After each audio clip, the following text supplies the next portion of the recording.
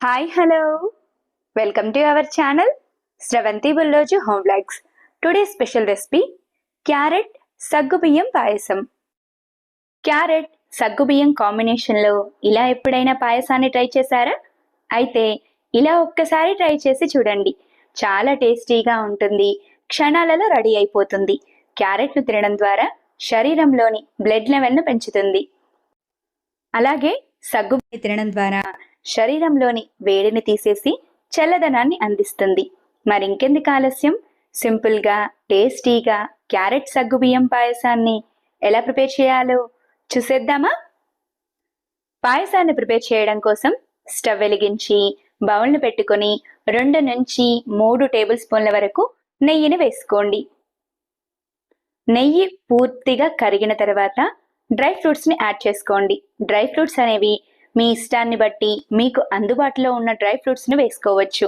నేనైతే 1/2 కప్పు వరకు కిస్మిస్, 1/2 కప్పు వరకు కాజు, 1/2 కప్పు వరకు బాదం పలుకులను వేసి స్టవ్ని మీడియం ఫ్లేమ్లో ఉంచి డ్రై ఫ్రూట్స్ అన్ని మంచి గోల్డెన్ కలర్ వచ్చేంత వరకు కలుపుతూ ఫ్రై చేసుకోండి.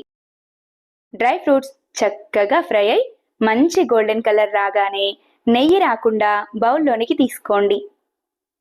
తర్వాత అదే నెయ్యిలోనికి సన్నగా తురిమి పెట్టుకున్న 1 కప్పు వరకు క్యారెట్ తురుమును వేసుకోండి. క్యారెట్ తురుము మొత్తం వేసుకున్న తర్వాత స్టవ్ని మీడియం ఫ్లేమ్లో ఉంచి కలుపుతూ ఫ్రై చేసుకోండి. మీరు తీసుకున్న క్యారెట్ తురుము క్వాంటిటీని బట్టి పాలను కానీ బెల్లాన్ని కానీ పెంచుకొని వేసుకోండి. నేను తీసుకున్న 1 కప్పు క్యారెట్ తురుముకు సరిపడా కొలతలన్నీ అదే కప్పుతో కొలుచుకొని తీసుకుంటున్నాను. ఇలా నెయ్యిలోకి వేసిన క్యారెట్ తురుము పచ్చివాసన పోయేంత వరకు కలుపుతూ ఫ్రై చేసుకోండి. క్యారెట్ చక్కగా ఫ్రై అవ్వకపోతే పాయసం అంత టేస్టీగా ఉండదు. కాబట్టి వీలైనంత మేరకు స్టవ్ని లో ఫ్లేమ్లో ఉంచి మాత్రమే కలుపుతూ పచ్చివాసన పోయేంత వరకు ఫ్రై చేసుకోండి. క్యారెట్ తురుము ఇలా చక్కగా ఫ్రై అయిన తర్వాత మరొక ప్లేట్లోనికి తీసుకోండి. ఇదే విధంగా బౌల్లో ఉన్న క్యారెట్ తురుమును మొత్తం ప్లేట్లోకి తీసుకున్న తర్వాత అదే ప్యాన్లోనికి 1/2 లీటర్ వరకు చిక్కటి పాలను పోసుకోండి. నేను చిక్కటి డైరీ పాలను తీసుకుంటున్నాను. మీకు అందుబాటులో ఉన్న మిల్క్ ప్యాకెట్ పాలను కూడా తీసుకోవచ్చు. ఇలా తీసుకున్న పాలను బౌల్లోనికి వేసుకొని పాలు చిక్కదనాన్ని బట్టి కొద్దిగా వాటర్ని యాడ్ చేసుకోండి.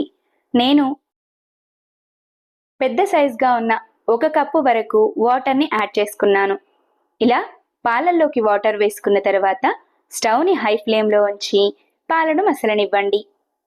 పాలు ఇలా మసులుతూ ఉన్నప్పుడు పాయసం మంచి ఫ్లేవర్ కోసం 4 కచ్చా పచ్చాగా దంచిన ఇలాచీలను వేసుకోండి.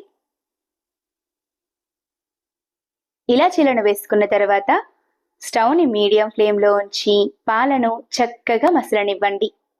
పాలు ఇలా చక్కగా మసులుతూ ఉన్నప్పుడు 1/2 కప్పు వరకు నానబెట్టిన సగ్గు బియ్యాన్ని మసులుతున్న పాలల్లోకి యాడ్ చేసుకోండి.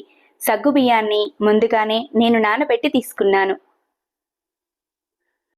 సగ్గుబియ్యం కొలత కూడా పర్ఫెక్ట్గా అర్థమవ్వాలి అంటే క్యారెట్ తురుము తీసుకున్న కప్పుతోనే సగం కప్పు వరకు సగ్గుబియ్యాన్ని తీసుకొని 1 గంట ముందుగానే నానబెట్టి తీసుకోండి.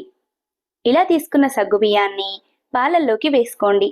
సగ్గుబియ్యాన్ని నానబెట్టి తీసుకోవడం ద్వారా త్వరగా ఉడుకుతాయి. తర్వాత ముందుగానే ఫ్రై చేసి ప్లేట్లోకి తీసుకున్న క్యారెట్ తురుమును కూడా పాలల్లోకి వేసుకొని స్టవ్ని లో ఫ్లేమ్లో ఉంచి కలుపుతూ ఉడికించుకోండి.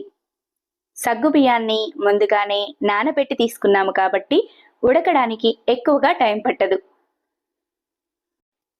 స్టవ్ని లో ఫ్లేమ్లో ఉంచి 5 నిమిషాల వరకు కలుపుతూ ఉడికిస్తే సరిపోతుంది. సగ్గుబియ్యం చక్కగా ఉడికాయి అని తెలుసుకోవడానికి ఇలా పాయసాన్ని కలుపుతూ ఉన్నప్పుడు సగ్గుబియ్యం మొత్తం ట్రాన్స్పరెంట్గా అయిపోతాయి.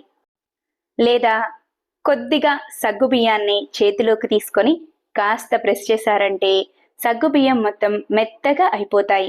ఇలా అయితే పర్ఫెక్ట్గా ఉడికినట్టు. ఇలా పర్ఫెక్ట్గా ఉడికిన పాయసంలోనికి మీ ఇష్టాన్ని బట్టి చక్కెరను కానీ, తేనెను కానీ, బెల్లాన్ని కానీ వేసుకోవచ్చు. మీరు షుగర్ని తీసుకున్నట్టయితే ఈ పాయసంలోనే ముందుగా క్యారెట్ని తీసుకున్న కప్పుతోటే 3/4 కప్పు వరకు షుగర్ని వేసుకొని ఉడికించుకోండి.